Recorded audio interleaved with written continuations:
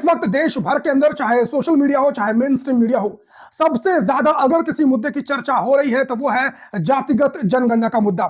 इस मुद्दे की सबसे ज्यादा चर्चा इस वक्त इसलिए हो रही है क्योंकि बीते दिनों हमारे देश की सरकार यानी कि नरेंद्र मोदी की सरकार ने एक प्रेस कॉन्फ्रेंस करके जातिगत जनगणना कराए जाने को मंजूरी दे दी है। आपको बता दें दोस्तों कि यही नरेंद्र मोदी की सरकार है जो पिछले काफी समय से जातिगत जनगणना कराए जाने का विरोध कर रही थी। हमारे देश के प्रधानमंत्री नरेंद्र मोदी ने जब बिहार के अंदर जातिगत सर्वे हुए थे उसका विरोध करते हुए ग्वालियर की रैली में नरेंद्र मोदी ने कहा था कि ये एक महापाप है। एक इंटरव्यू के दौरान नरेंद्र मोदी ने कहा था जातिगत जनगणना कराना या जातिगत जनगणना की बात करना यह अर्बन नक्सल है। मोदी जी, राहुल गांधी ने एक बात और कही है। वो कहते हैं कि जब वो सरकार अगर उनकी आएगी तो वो एक नेशनल एक्सरे कराएंगे और वो कहते हैं कि हम जो है एक सोशियो इकोनॉमिक सर्वे लाएंगे और उसमें देखेंगे कि किसके पास कितना धन है, उसके बेसिस पर हम इस पूरे सिस्टम को रीडिस्ट्रीब्यूट करें। एक्सरे का मतलब क्या है? मतलब हर परिवार में जाना, घर घर छापा मारना, जमीनों का हिसाब किताब किया जाएगा और फिर उसको रिडिस्ट्रीब्यूट करेंगे। ये पूरी तरह अर्बन नक्सल उस सोच का सीधा सीधा प्रगटीकरण है। इतना ही नहीं, उत्तर प्रदेश के मुख्यमंत्री योगी आदित्यनाथ ने कहा था कि जो भी जातिगत जनगणना की बात करता है वो हिंदू समाज को, हिंदू धर्म को बांटना चाहता है। और इसी के बाद योगी आदित्यनाथ ने बटोगे तो कटोगे का नारा दिया था, एक रहोगे तो सेफ रहोगे का नारा दिया था। केवल जब मोदी जी के नेतृत्व में वेलफेयर की स्कीम सबका साथ और सबके विकास की भावना के साथ आगे बढ़ रही है, तब बांटने वाले लोग फिर जातीय आधार पर, क्षेत्र और भाषाई आधार पर बांटने की कोशिश चेष्टा कर रहे हैं। भारत को और सनातन धर्मावलंबियों को खास तौर पर इससे सावधान रहना होगा। कटेंगे तो कटेंगे, एक रहेंगे तो नेक रहेंगे। इसके अलावा भारत सरकार के मंत्री नितिन गडकरी ने एक कार्यक्रम में कहा था कि जो भी जातिगत जनगणना की बात करेगा उसके पिछवाड़े पर लात पड़ेगी। जो करेगा जात की बात उसको कस के मारूंगा लात। तो इस तरह की तमाम बातें बीजेपी के नेताओं के द्वारा जातिगत जनगणना को लेकर कही गई थी। इसके अलावा भी ये मांग यानी कि जातिगत जनगणना की मांग है, ये कोई आज की मांग नहीं है, बल्कि 90 सालों से भी अधिक जातिगत जनगणना की मांग की जा रही है। और तब से लेकर आज तक बीजेपी, आरएसएस, इसका पूरा इकोसिस्टम इसका विरोध करता आ रहा है। जब विपक्ष के नेता अखिलेश यादव, राहुल गांधी, तेजस्वी यादव, ये सभी लोग हैं जिन्होंने इस मुद्दे को सबसे ज्यादा उठाने का काम किया था। अखिलेश यादव तो अपने हर प्रेस कॉन्फ्रेंस के अंदर, अपनी हर चुनावी सभा के अंदर, अपने हर सामाजिक सभा के अंदर इस मुद्दे को उठाने का काम करते थे और हमेशा पीडीए की बात करते थे, यानी कि पिछड़े, दलित, अल्पसंख्यकों, आदिवासियों, इनके हक और अधिकार की बात करते थे। जिसका नतीजा यह हुआ था कि 2024 लोकसभा चुनाव के अंदर अखिलेश यादव समाजवादी पार्टी को उत्तर प्रदेश के अंदर सबसे ज्यादा लोकसभा सीटें मिली थी और पीडीए के सभी जातियों ने अखिलेश यादव को बढ़ चढ़ के नेता दिया था और अखिलेश यादव को आज की डेट में पीडीए का जन नायक कहा जाता है। इसके अलावा राहुल गांधी ने भी संसद के अंदर इस मुद्दे को बड़ी ही प्रमुखता से उठाने का काम किया था और वहीं बिहार में तेजस्वी यादव ने भी इस मुद्दे को प्रमुखता से उठाया था। जिसका नतीजा यह हुआ कि वो पॉलिटिकल पार्टी जो लगातार इसका विरोध करती थी, आज की डेट में उसे जातिगत जनगणना कराए जाने की मंजूरी देनी पड़ी। लेकिन जब से यह खबर सार्वजनिक हुई है उसके बाद से जो बीजेपी का इकोसिस्टम है, बीजेपी के जो समर्थक हैं, वो इस वक्त दो भागों में बट चुके हैं। उन्हें समझ में नहीं आ रहा है कि आखिर करें तो करें क्या। ना उनसे निगला ही बन रहा है, ना इसे उगल ही पा रहे हैं। क्योंकि अभी कुछ ही दिनों पहले बीजेपी के समर्थक जातिगत जनगणना के विरोध में पोस्ट कर रहे थे, इसकी खामियां बता रहे थे, बोल रहे थे किस तरीके से जातिगत जनगणना हो जाएगी तो हिंदू समाज जातियों में बट जाएगा, हिंदुओं के लिए खतरे की बात हो जाएगी। इस प्रकार की बातें बीजेपी इकोसिस्टम के द्वारा की जा रही थी। लेकिन चूंकि नरेंद्र मोदी इनके पापा हैं और अब नरेंद्र मोदी की सरकार ने जातिगत जनगणना कराए जाने की मंजूरी दे दी है।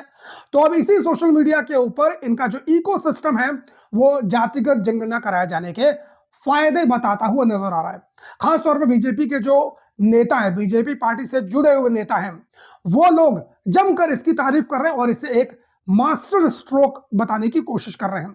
गोदी मीडिया, आप सभी लोग जानते हैं, गोदी मीडिया भी इसे मास्टर स्ट्रोक की तरह पेश कर रहा है। इनके समर्थकों का कहना है कि नरेंद्र मोदी की सरकार जातिगत जनगणना कराएगी तो अब मुसलमानों की भी जनगणना कराएगी और मुसलमानों में भी कितनी जातियां हैं इनको सार्वजनिक किया जाएगा। और इन्हें ऐसा लगता है कि अगर मुसलमानों की भी जाति सार्वजनिक हो जाएगी तो मुसलमानों के भी कई नेता पैदा हो जाएंगे और जो इनका वोट है वो पूरी तरीके से बढ़ जाएगा। लेकिन मैं इनसे कहना चाहता हूं कि मेरे भाई, तुम लोग मुसलमानों को जाति देखकर कहां गाली देते हो? तुम तो धर्म देखकर मुसलमानों को गाली देते हो। तुम तो सभी मुसलमानों को गाली देते हो, चाहे उसमें धोबी हो, चाहे उसमें शेख हो, पठान हो, किसी भी समुदाय का मुसलमान हो।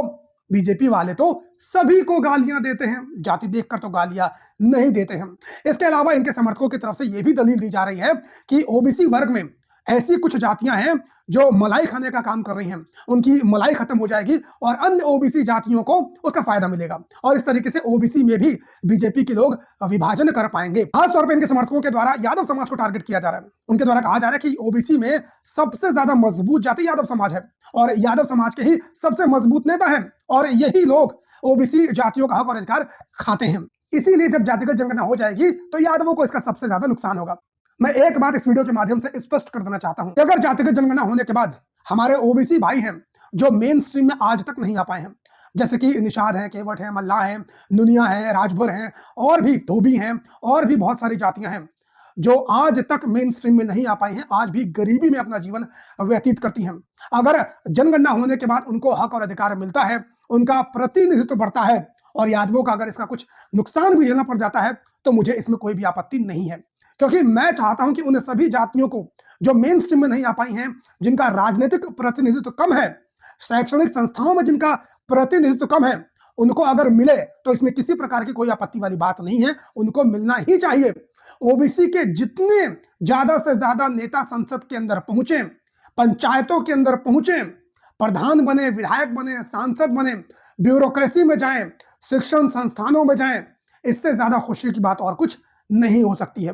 क्योंकि इनकी आबादी 70% है तो 70% संसाधनों के ऊपर हिस्सा ओबीसी समाज को जरूर मिलना चाहिए। 20 से 25% आबादी केवल सामान्य वर्ग के लोगों की है, सामान्य वर्ग से आने वाले समाज की है।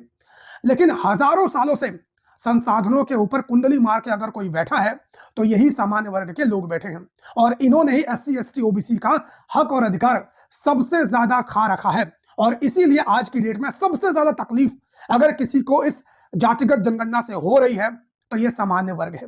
यह सामान्य वर्ग के लोग हमेशा से ही बीजेपी का कोर वोट बैंक माना गया है, लेकिन सोशल मीडिया के ऊपर आज की डेट में यही सामान्य वर्ग बीजेपी को गालियां देने की बात कर रहा है।